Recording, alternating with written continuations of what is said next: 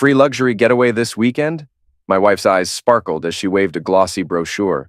The pamphlet showcased a lavish new resort nestled on the Gulf Coast.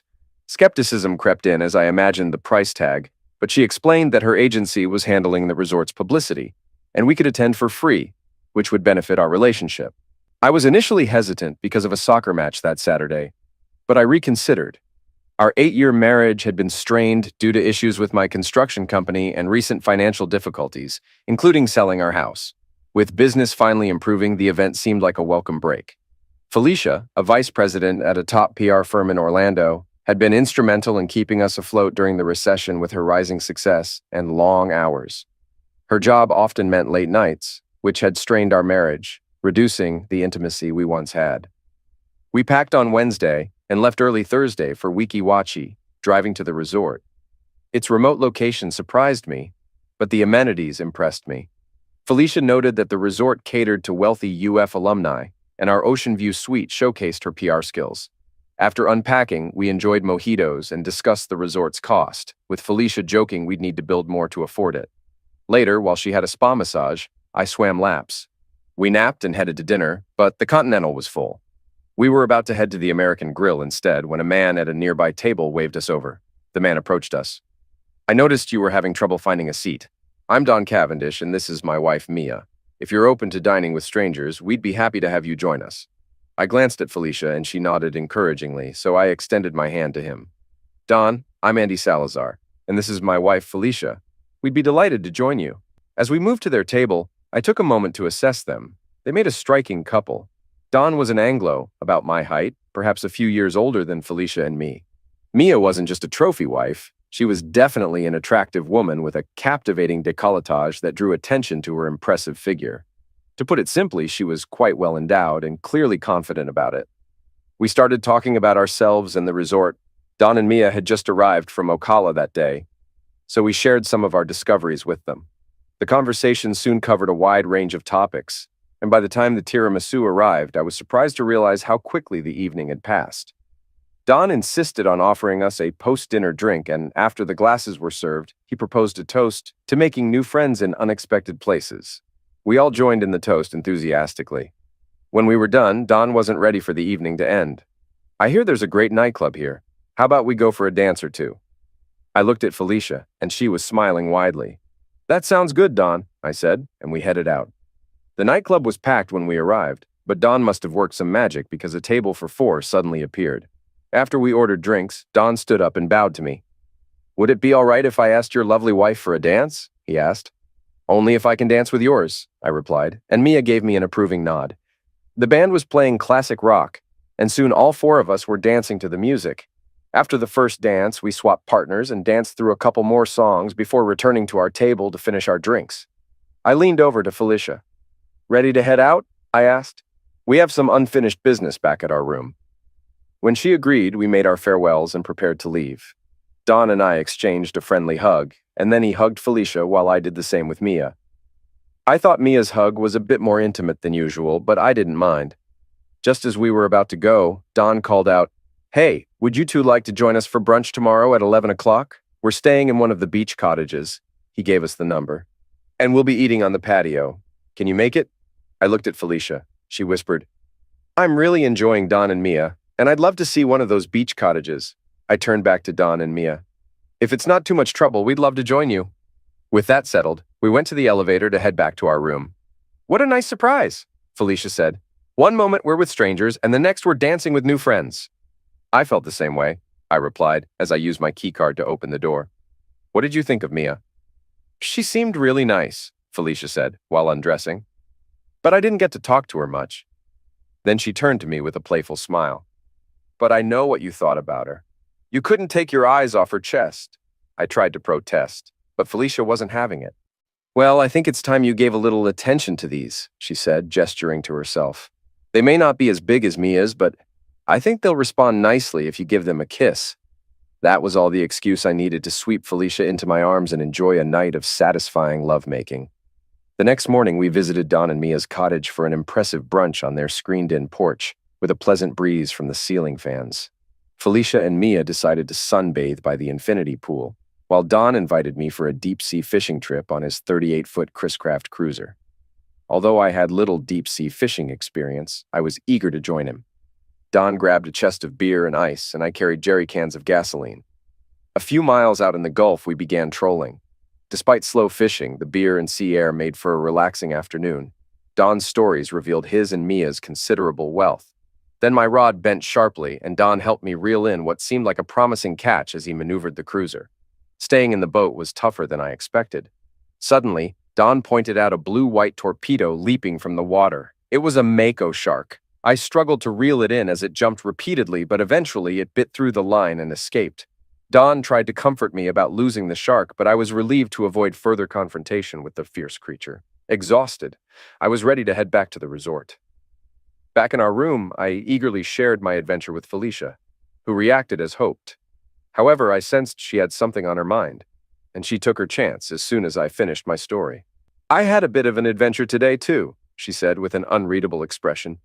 When I looked at her curiously, she continued. "Mia and I had a very interesting chat by the pool. She mentioned that she and Don enjoy swinging." "I don't get it," I said, confused. "What do they like to swing?" Felicia looked at me as if I were naive. "No, Andy, they like to swap partners in bed." "Oh," I exclaimed as it sank in. "Wow, I wouldn't have guessed that." "But there's more," Felicia said with a sly smile. "Mia asked if we'd be interested in swinging with them tonight." I plopped down on the bed, overwhelmed. We had barely gotten to know these people, and now they were suggesting that? Mia was definitely attractive, but I had thought this weekend was supposed to be about reconnecting with Felicia. "I'm not sure, honey. I like them, but this feels a bit sudden." "What do you think?" Felicia sat down next to me. "I think we should go for it. We've talked about trying something like this for a while, and this is a great chance. We don't know these people well, and they live in a different city. It's not like we'll be seeing them often. Plus, Mia is pretty hot." Thinking about how Mia looked in her swimwear earlier made the idea seem quite tempting. Still, I wanted to be sure about how Felicia felt. "Are you sure, sweetheart? We're having a great weekend, and I'd be more than happy to focus entirely on you," I said, holding her hands. "Let's do it," she said, squeezing my hands for emphasis. "It'll be an adventure, something to add excitement and bring us closer. If it doesn't work out, we don't have to do it again." Her determination and my growing interest in Mia made me more open to the idea.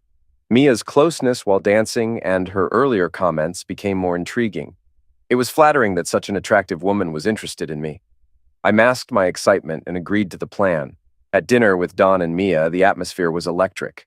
Felicia wore a striking red dress, and Mia dazzled in black. Mia's fingers on my knee and the palpable tension suggested Don and Felicia were similarly engaged. An audible gasp from Mia confirmed it. After dinner, when the ladies wanted to dance, Don and I reluctantly agreed. The slow jazz turned our dance into foreplay, with Mia rubbing against me. Don and Felicia appeared to be enjoying themselves similarly. When the ladies went to the restroom, Don gave me his card key and suggested we use their cottage for the night while he and Felicia stayed in ours. We agreed, and Mia and I headed to the beach cottage. Once inside, Mia became intense, eagerly undressing me as we moved to the bedroom. After I had somewhat recovered, I realized that she had crawled up on the bed and was lying beside me. I took her in my arms and kissed her. "That was undoubtedly the best blowjob I ever had in my life," I told her sincerely. Mia lay face down on the bed and slid a small pillow under her hips. "Okay, big boy," she said in a husky voice. "Come do my backside." Mia woke me up. She reminded me not to miss breakfast. Groggily, I got dressed, and as we headed to the main building, Mia linked her arm with mine and complimented me on the previous night. I felt uneasy about Felicia and wondered about her night and our relationship. Although the experience with Mia was fantastic, I needed to check in with my wife. At the restaurant, Felicia and Don were already seated. Felicia greeted me with a smile and mentioned she'd ordered breakfast for me. When I asked if everything was okay, she said it was fine and inquired about my night. I told her it was good and suggested we discuss it later. Felicia urged me to eat something first, noticing I looked worn out. As we ate, we discussed plans for the day. Mia wanted to take us out on the boat, but Don had a conference call and couldn't join. He encouraged us to go ahead, assuring us that Mia was skilled at sailing. The perfect weather made the boat ride appealing, and spending time with two women in swimwear sounded great.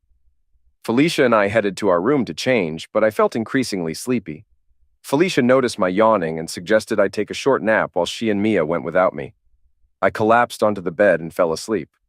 Felicia kissed me on the cheek, left a do not disturb sign, and told me to rest well. I was jolted awake by loud knocking and shouting. Struggling to sit up, I saw it was nearly 4 p.m., surprised at how late it had gotten. The knocking continued as I stumbled to the door and found a worried hotel employee. He explained that they had been searching for me and that there had been an accident. Dragging me toward the elevator, he insisted I come immediately. Outside, a group of uniformed men awaited. A Coast Guard officer pointed to a helicopter hovering over smoke in the Gulf. Another officer showed me a live feed of burning wreckage drifting at sea, explaining there had been an explosion and fire. "What kind of boat was it?" I asked, my voice trembling with fear. "From what we can determine, it was a Chris Craft hardtop cruiser," he said, and I felt my legs weaken. I swallowed hard and tried to phrase my next question carefully. "Are there any survivors? Have they managed to rescue anyone?" He looked at me with a sad expression. "The helicopter hasn't spotted any life vests, and the diver they deployed hasn't found any bodies in the water." Noticing my reaction, he added, "But a boat from the Marine Safety Office in Tampa will arrive shortly, and they'll conduct a more detailed search." The image of the Mako shark suddenly flashed in my mind.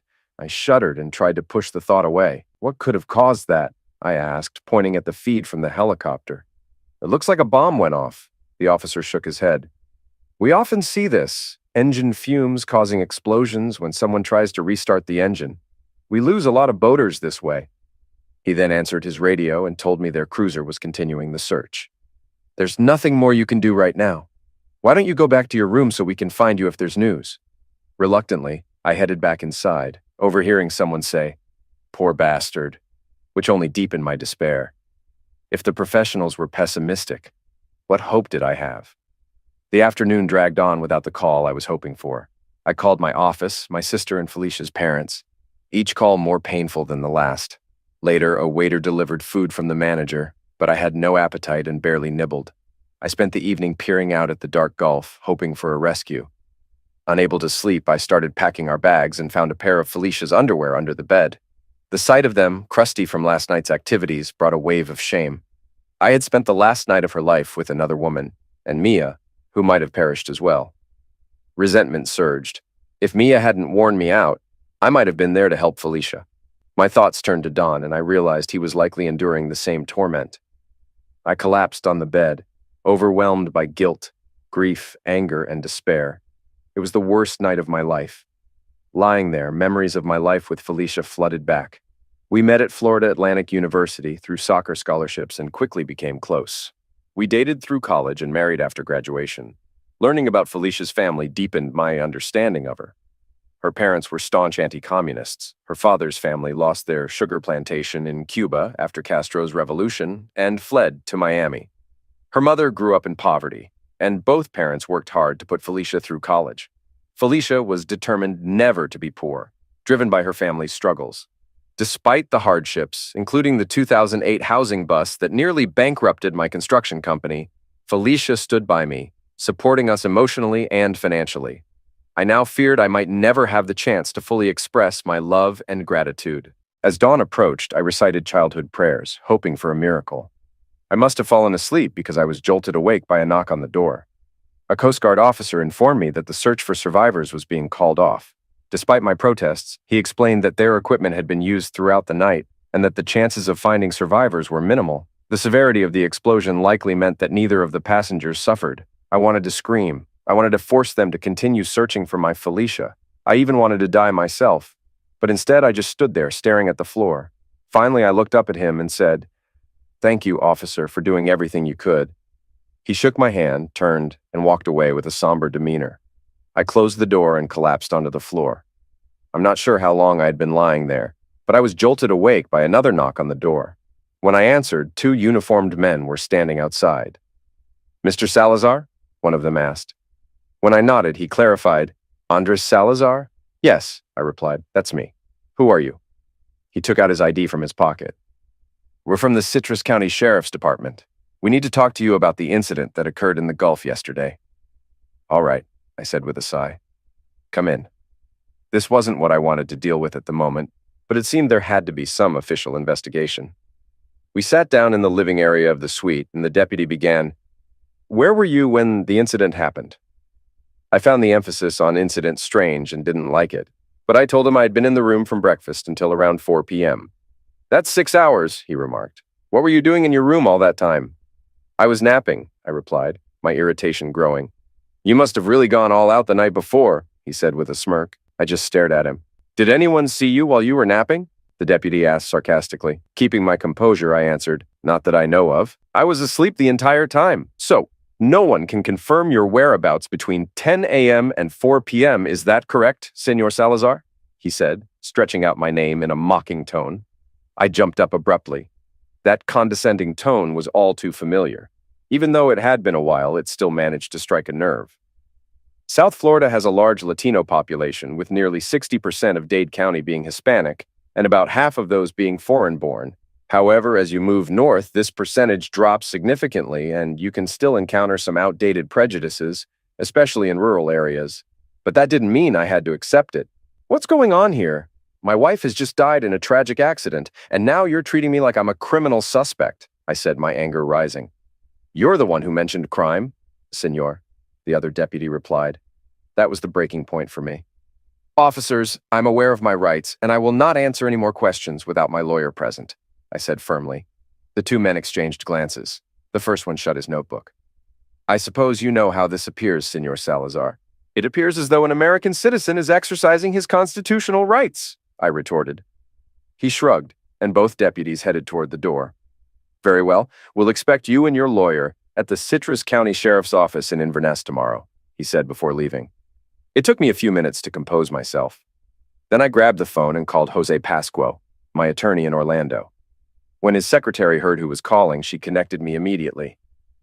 "Andy," Jose said when he answered, "we were all stunned by the news. Please accept my deepest condolences for the loss of your wonderful wife. It doesn't take long for bad news to spread," I thought. "That's why I'm calling, Jose. I'm still at the Paradiso Resort, and I've just been questioned by 2 local deputies who seem to hold some prejudice, treating me as if I'm a suspect. I'm in unfamiliar territory here and need legal help immediately." Jose paused for a moment, and then said, "I'm sure this is just a misunderstanding, but just in case, we should get you someone local who's familiar with the courts up there. Let me make a few calls, and I'll get back to you." I thanked him and sank into a chair. My head was pounding, and this nightmare seemed to be getting worse by the minute. About an hour later, the phone rang, and I answered it eagerly. It was Jose. "I've got both good and bad news. Let's start with the bad. How well do you know Don and Mia Cavendish?" he asked. "We only met them this weekend," I replied. "Well, Mia Cavendish is actually Mia Reynolds. Her father is one of the wealthiest and most influential men in Marion County, owning the largest thoroughbred horse farm in Ocala. The issue is that none of the major law firms in Central Florida will take your case because they all owe favors to Mr. Reynolds," he explained. "Damn it," I said. "So what do I do now?" "The good news is that I've found a lawyer in Inverness who can represent you. Her name is Gina Ellerby. The bad news is that she's relatively young and inexperienced, but she comes highly recommended by several locals," he said. "I'm confident she'll be able to handle this for you." "All right," I said. "If you think she can handle the prejudices here, then I'm on board." "Great," he responded. "I've already reached out to her office. She'll meet you at the resort in the morning, and you two can head to Inverness together to meet with the sheriff's department. I'm sure you'll sort everything out with her help." He paused. "And Andy, once again, I'm truly sorry for your loss. If there's anything else I can do to help, just let me know." "Thank you, Jose," I said, struggling with my emotions. It seemed like any mention of it could set me off. The resort management called a bit later to let me know that I could stay another night if needed, and I thanked them for their kindness. After that, I contacted my office to get an update on the ongoing projects. Despite my grief, I knew I couldn't neglect my business responsibilities. Once I was caught up on work, I spent the rest of the afternoon painfully arranging a memorial service for Felicia. I felt it was something I owed to her friends, family, and to her memory. That evening, I endured another sleepless night, trying to come to terms with everything that had happened. After breakfast the next morning, I waited in my room for my new attorney to arrive. When I heard a somewhat hesitant knock on the door, I opened it to find a young, fresh-faced woman standing there. "Good morning, Mr. Salazar," she said, offering her hand. "I'm Gina Ellerby, your attorney." As she stepped into the room, I couldn't help but stare. Jose had mentioned she was young, but she looked like she could have just finished high school. She was attractive, but she reminded me of one of those young stars the Disney Channel seems to produce constantly. She noticed me staring and asked, "Is something wrong, Mr. Salazar?" Her voice was high-pitched and sounded quite youthful. "Excuse me," I said, "but could you tell me how old you are?" I knew it was a bit rude, but I couldn't restrain myself. Her face flushed and she straightened up, though it didn't make much difference. "I understand that I look younger than my age, and that my voice may sound childish, Mr. Salazar. But I'm 27 years old. I've graduated from law school, passed the bar exam, and I'm licensed to practice law in Florida. If that's not satisfactory, I can leave, and you can find another attorney," she said, clearly offended. I raised my hands, both to stop her from leaving and to apologize for my earlier behavior. "I'm sorry, Miss Ellerby. You caught me off guard. Let's start over. I'm Andres Salazar, but you can call me Andy. I'd like you to represent me." She took a deep breath and then offered her hand for a shake. "Apology accepted," she said. "I'd prefer to call you Andy, and you can call me Gina. I'm looking forward to working with you. Mr. Pasquo briefed me on your situation, but I'd like to hear the details from you." I started. "Felicia and I drove up here on Thursday." "Oh, Andy," she interrupted. "I'm so sorry about your wife. I meant to express my condolences when I first arrived." I nodded, appreciating her sympathy. At that moment, there wasn't much more to say except thank her for her concern. I then gave her a brief overview of the weekend's events, though I left out the details about our plans with Don and Mia on Saturday night. It just felt wrong to mention that in light of Felicia's memory.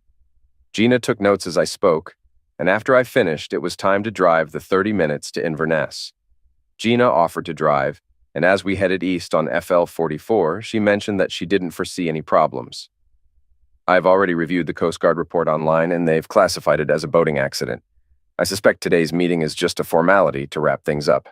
You've just had the misfortune of dealing with some less-than-friendly individuals, but don't worry. They won't try anything with me around." I was beginning to feel more confident about having Gina as my attorney. She clearly knew her stuff, and I liked her attitude. When we arrived at the Inverness Sheriff's Department, Sheriff McGee himself wanted to speak with us. It quickly became clear that this wasn't going to be a routine meeting. He started by asking the same questions his deputies had about my whereabouts on the day of the accident. I felt uneasy admitting that I couldn't prove I'd been in the room the entire time. "You mentioned you were napping from around 10 o'clock in the morning until nearly 4 o'clock in the afternoon. That's quite a long nap. You must have been really worn out from the night before," the sheriff noted, raising his eyebrows. I shifted nervously in my seat. This was a topic I had hoped to avoid. "We had stayed out late dancing at the nightclub," I explained. He made a note in his pad. "Can you describe your relationship with your late wife, Mr. Salazar?" he asked, catching me off guard. "Good, Sheriff, very good," I responded quickly. "We had our disagreements like any couple, but we had a strong marriage." Gina shot me a disapproving look, and I realized my answer hadn't been well received. The sheriff nodded thoughtfully. "So you were a devoted and happy husband?" he asked, and I quickly agreed. "Then why, Mr. Salazar, did resort staff see you leaving the nightclub with Mia Cavendish instead of your wife? And why did you and Mia go to her beach cottage and not return until the next morning?" As I hesitated, I noticed Gina's shocked expression out of the corner of my eye. I realized too late how suspicious my attempts to protect Felicia's reputation must have seemed. All I could do was come clean about the whole situation.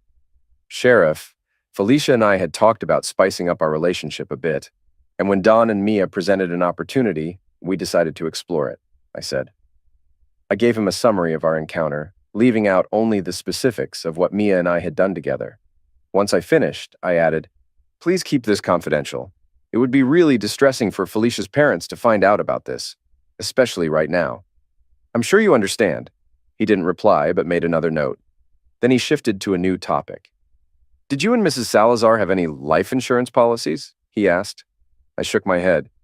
"No, we never got any. I've always thought they were a poor investment." "So you wouldn't benefit financially if your wife passed away unexpectedly?" "Absolutely not," I replied, my frustration growing. "Not even the accidental death and dismemberment policy provided by your wife's employer?" he pressed. "Oh," I said, suddenly realizing, "I forgot about that." As I spoke, I noticed Gina looking at me with concern. "Your wife increased the coverage on that policy to $1 million just last month," the sheriff continued, his tone matter-of-fact. "Felicia mentioned she was doing that, but I had no idea it was that much," I said quickly. I knew my response sounded weak. The sheriff changed the subject again. Let's revisit Mia Cavendish. How long had you known her? This weekend was the first time I met her, I answered promptly. Can you prove that, Mr. Salazar? He shot back.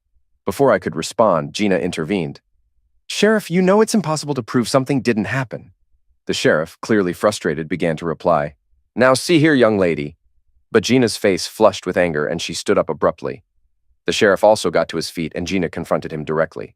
Sheriff McGee, I am a licensed attorney and an officer of the court. You will either show me the respect I deserve or I'll have you facing disciplinary charges. As she spoke, the sheriff instinctively started to retreat from the furious young woman, but she advanced until he was cornered against the wall. Despite his imposing size of 250 pounds, the sheriff seemed to be intimidated by the petite woman who was likely half his weight.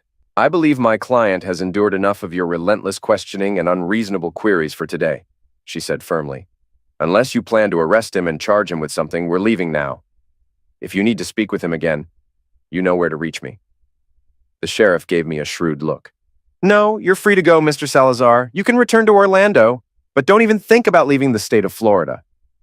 With that, Gina turned, took hold of my arm, and almost pulled me out of the sheriff's office. Once we were back on the highway, I glanced at her and said, Wow. Remind me never to get on your bad side. The way you handled the sheriff. Listen, she interrupted sharply. I'm this close to dropping your case.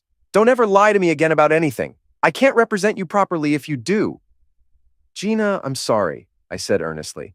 I didn't mean to lie. I was just embarrassed about the wife swapping and didn't want to damage Felicia's reputation, or Maya's for that matter.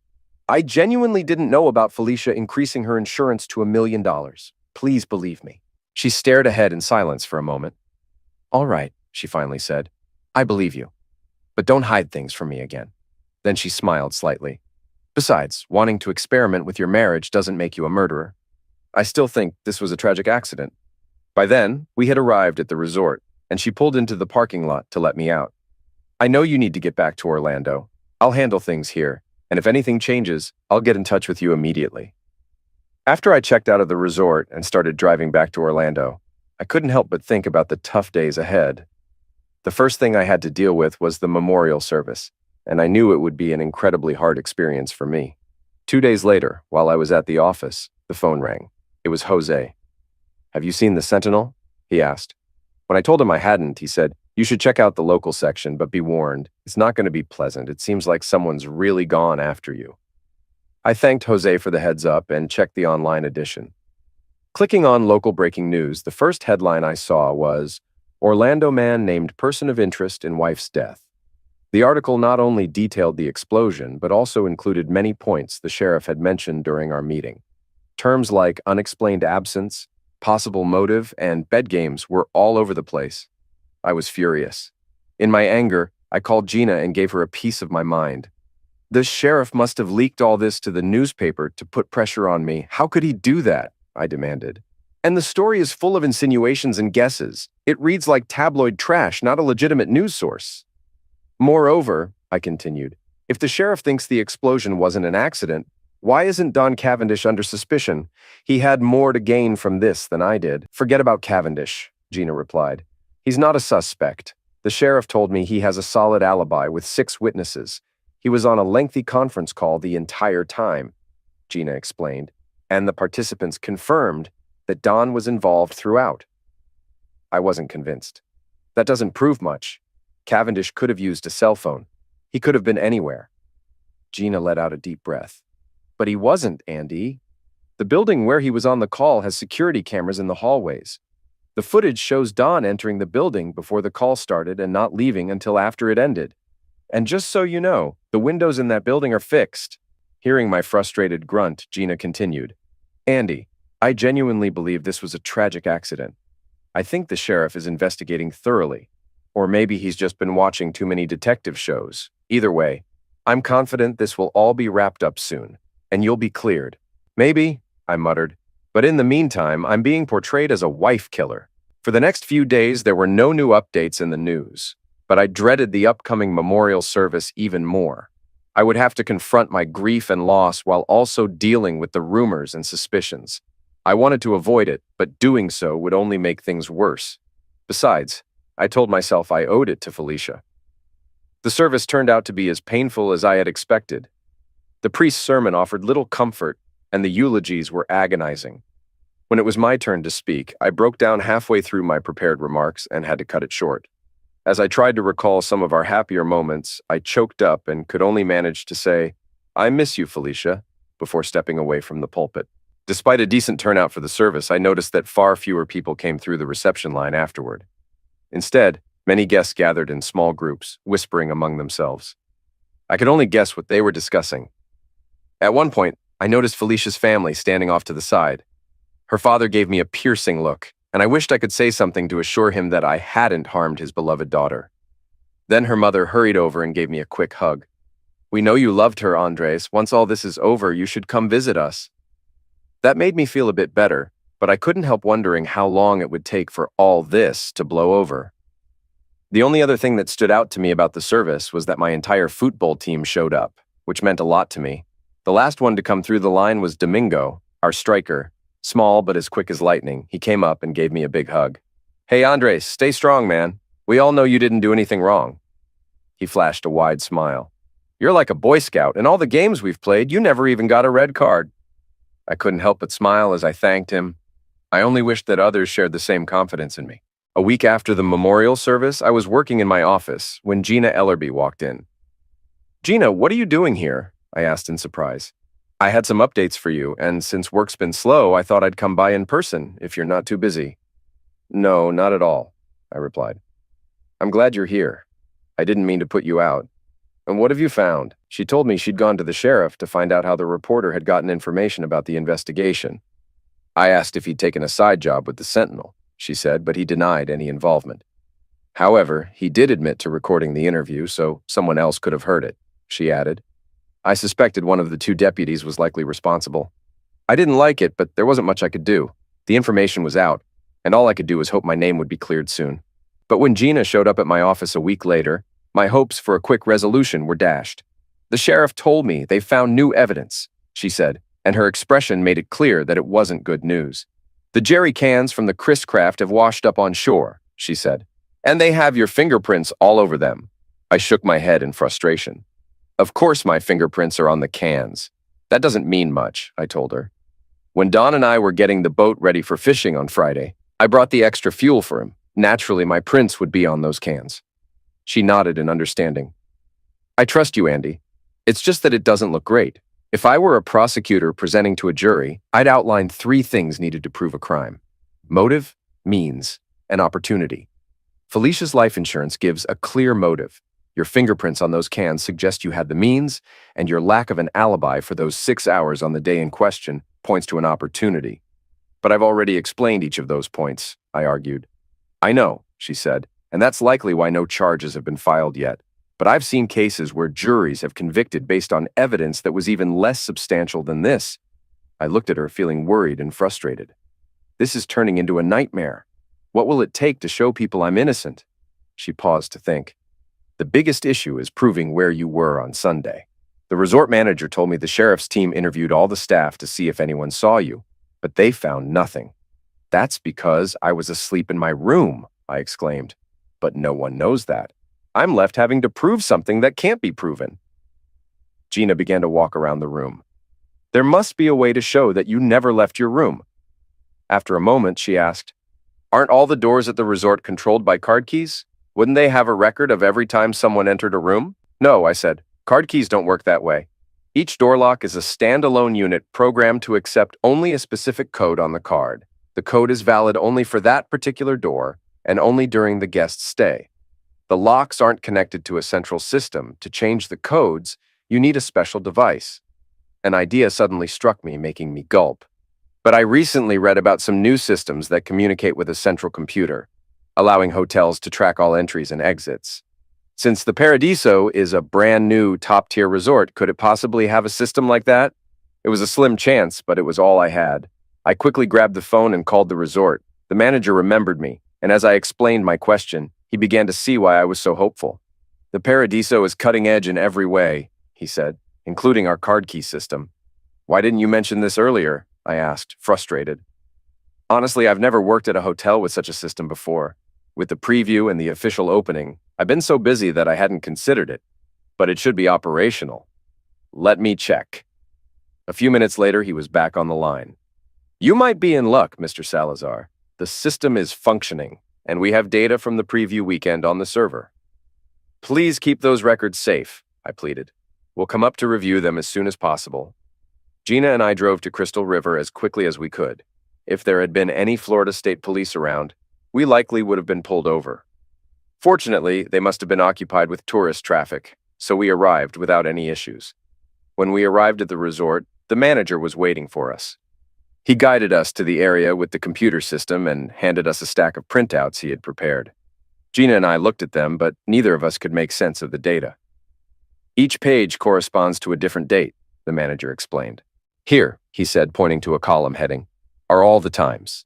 The room numbers are listed on the horizontal axis.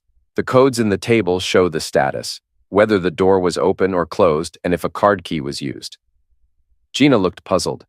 How can a door be opened without a card key? When it's opened from the inside, he clarified. He flipped through several pages and pointed to a set of lines. This is the record for the room Mr. Salazar stayed in during our preview weekend. You can see all the entries and exits for each day. And here, he said, turning to another page, is the record for that Sunday. As you can see, the door was opened without a card key just before 8:30 a.m., likely when you and your wife went down for breakfast. I glanced at Gina, hoping she wouldn't mention Don Cavendish being in the room at that time. Here, he continued, you can see that the door was opened with the card key at 9:57 a.m., which was probably when you returned from breakfast. About 30 minutes later, the door opened without the card key again, likely when your wife left the room. After that, the door remained closed until 3:56 p.m. I turned to Gina. But this doesn't really prove anything, I said. I could have left with Felicia at 10:30. But Gina was practically bouncing with excitement. If you had left then, how could you have gotten back into the room when the bellman found you there at 4 o'clock? Don't you see? This shows you were in the room the whole time. It confirms you were honest about your whereabouts on Sunday. My eyes widened, and I hugged her. You're brilliant, Gina, I said. Then I turned to the manager. Can we keep these records? I asked, and he told me he had printed them out just for us. With the printout in hand, we rushed to the sheriff's office in Inverness. Sheriff McGee was leaving as we arrived. Gina waved the printout, shouting, Sheriff, we have the proof! She laid the papers on his car hood and explained they showed Andy was in his room the whole time, proving the explosion was an accident. The sheriff examined the printouts and said he'd review them further and speak to the resort manager. He grudgingly acknowledged Gina's work, then drove off. Gina was thrilled and hugged me. I think we've done it, she said. I offered to take her to dinner as a celebration, and she chose the McLeod House Bistro, a charming, century-old restaurant in Inverness. Over dinner, I learned more about Gina. She graduated from a modest Florida law school and passed the bar on her second attempt. Struggling initially, she eventually got legal work for the new resort near Crystal River, and I was her first criminal case. Gina's personal life was unremarkable. She mentioned a boyfriend she hadn't seen in a while and kept her social circle small, leading a solitary life in Citrus County. Despite her less impressive legal skills and youthful appearance, her determination and persistence had uncovered crucial evidence to help me. After dinner, I planned to return to Orlando, but Gina invited me for coffee at her place. During a quick tour which led to her bedroom, I noticed a teddy bear on her bed. As I turned to leave, Gina stopped me and asked me to fire her. Shocked, I questioned why. She explained it would breach legal ethics, then kissed me passionately. Although tempted, I hesitated, asking about her boyfriend. Gina reassured me, saying she really wanted this. After our breathing steadied, I expressed concern about protection. She reassured me she was on the pill, and we were likely safe. We shared a kiss and soon fell asleep. Later, she shyly asked if we could repeat the experience, preferring a slower pace. I complied, but her urgent needs soon had her moving wildly against me. At breakfast, Gina was cheerful, even dancing a bit. I was relieved she seemed guilt-free about our night together. She asked how it felt to be cleared of suspicion, but I was still troubled by the possibility of a crime. Sheriff McGee had been so certain, and I wondered if there was more to it. Despite Gina's reassurance that it was just a tragic accident, I remained concerned. Don Cavendish had a lot to gain from his wife's death, and his alibi seemed too perfect. Gina thought I was being paranoid, but agreed to drive me to Don's office. The building was a plain two-story structure with a front and rear entrance, connected by a long hallway. There were no other exits. We entered the building and saw that Don Cavendish and Assisi had a suite at the rear. A security guard offered to show us an unleased office. Once inside the office, which was plain, I examined a floor-to-ceiling window and recognized the manufacturer from a decal. I asked Gina for nail clippers and used them to open a small slot in the window frame. The window pivoted open, surprising Gina.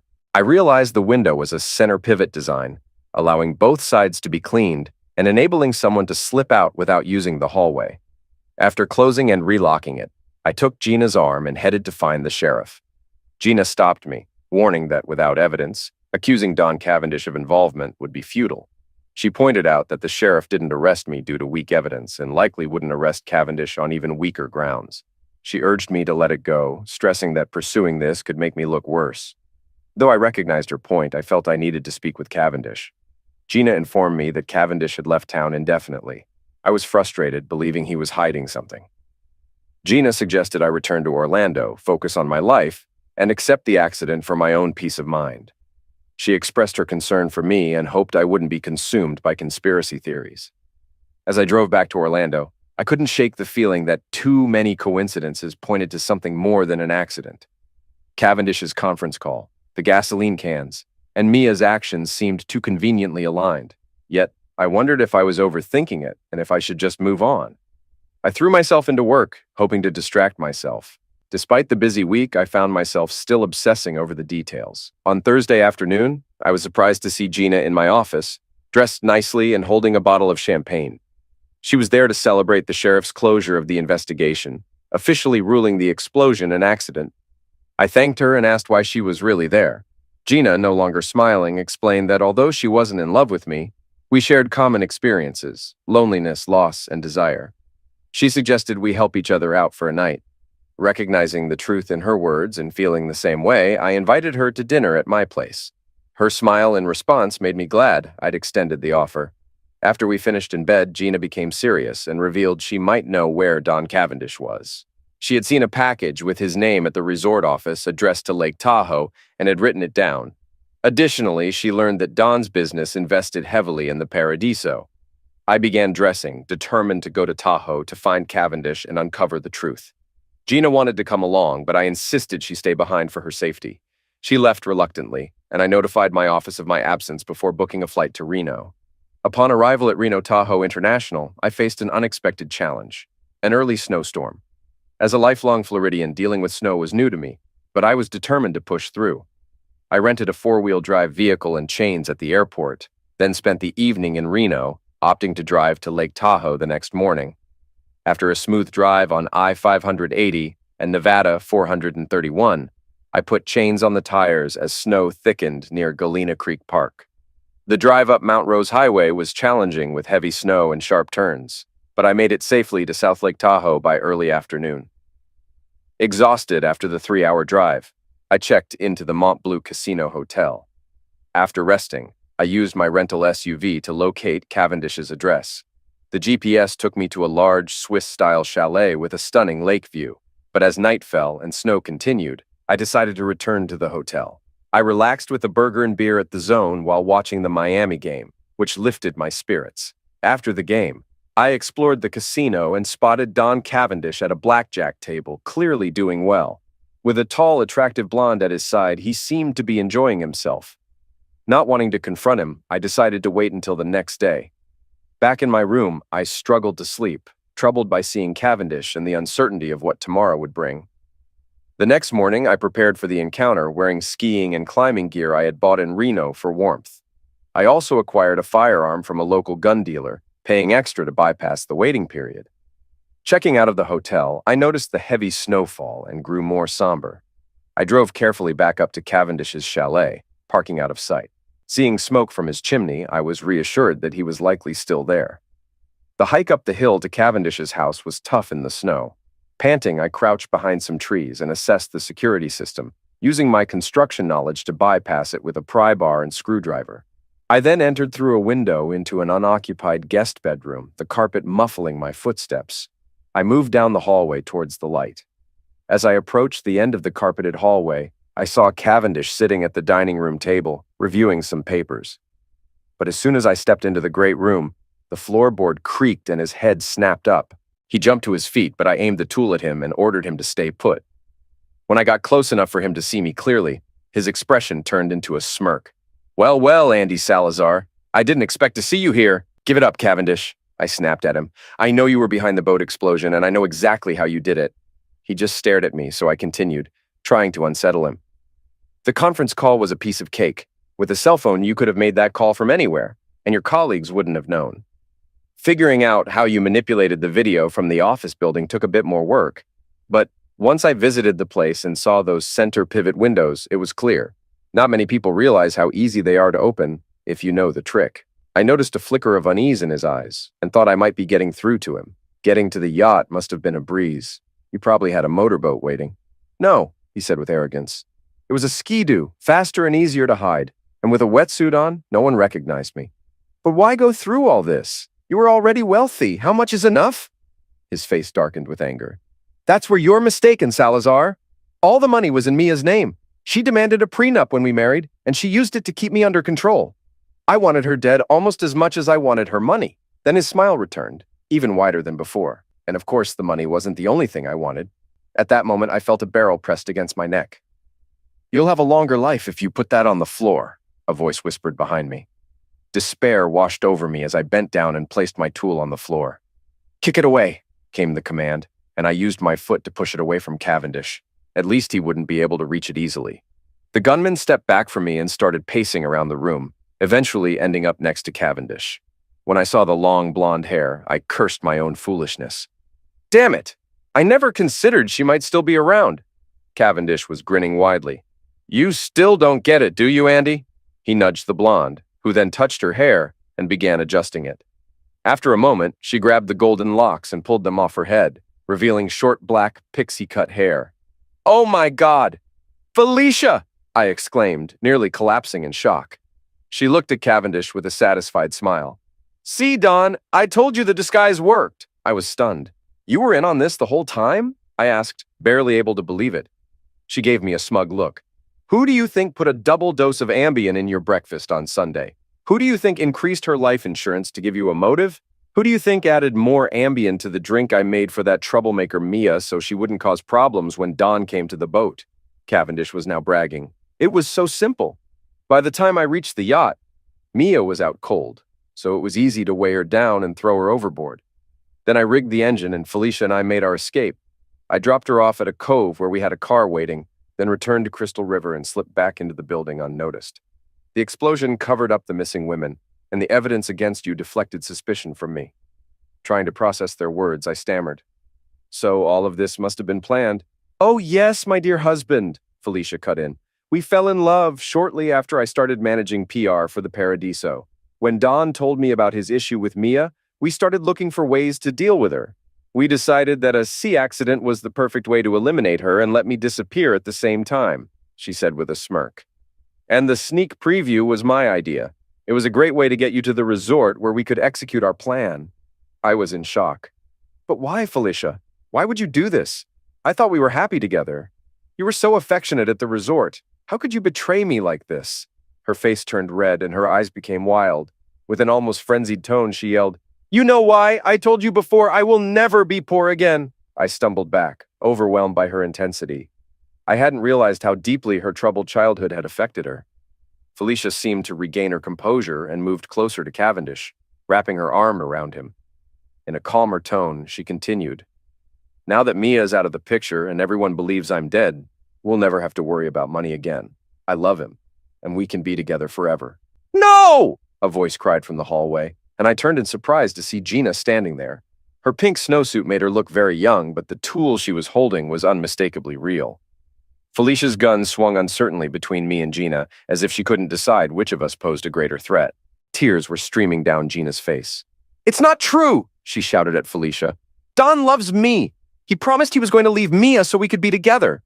I stared at her in disbelief. "Don was your boyfriend?" But Gina's focus was entirely on Cavendish. "You told me you loved me. You promised." Cavendish's smirk returned. "Did I say I loved you, Gina? I'm afraid I was just being charming." "But you pursued me, made promises," Gina protested, now crying.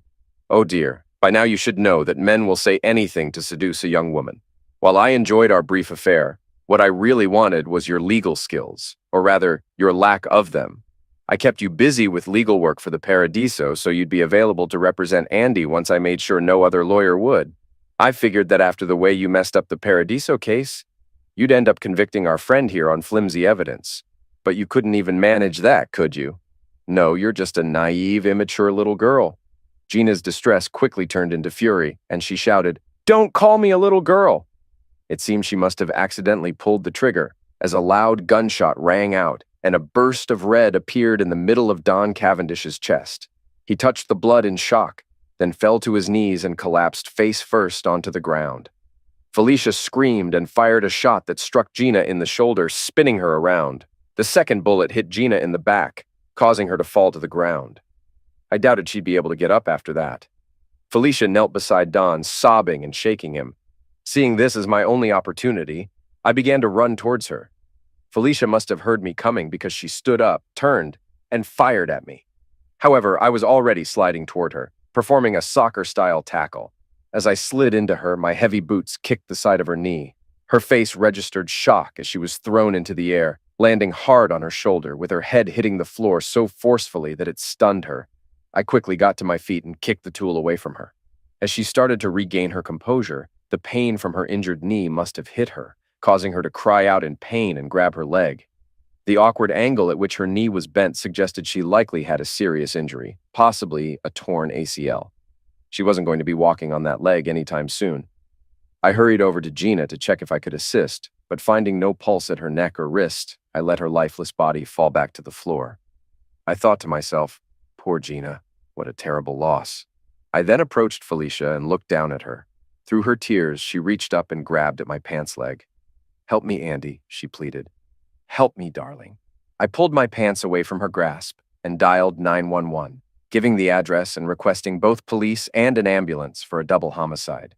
I promised the operator I'd be there to let them in. I sat by the window, watching the wet snow gently fall over the lake. The view was serene, but I missed the sand and ocean. I took out the miniature audio recorder from Reno and confirmed it had captured everything. I placed it on the table for the police. Felicia's crying caught my attention. If this were one of our league games, we'd have iced her knee to reduce swelling, but I decided to leave that to the professionals.